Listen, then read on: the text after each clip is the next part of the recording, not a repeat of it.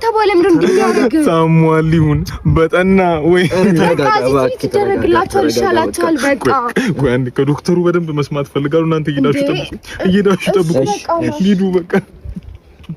ሳሙዋል ማለት ይሞታሉ ማለት አይደለም እኛ ተንከባክበን እናደናቸዋለን አንተ ተረጋጋ በጠና ከታመሙማ ለምን ይድናሉ ዶክተር ምን ማለት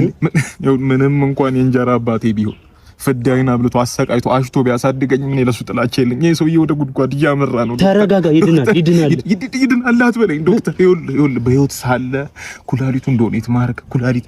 መርዳት ይፈልግ ነበር እና እባክህ የአባቴን ኩላሊት ዶክተር ምን ማለት ነው የአባቴን ኩላሊት ሲጀመር ህጉ አይፈቅድም መናዘዝ መፈረም አለበት መጀመሪያ እንደዚህ ነገር እንደራደረጀ ልጅ እኮ ነኝ ዶክ አይቻልም ለቀቅ ዶክ የአባቴን ኩላሊት እካክ ነው ዶክ ፎክት ነው ዶክ እንደዛ ነው ዶክ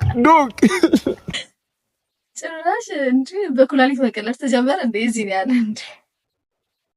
ልቤ እንደ እንቁላል ቦጭ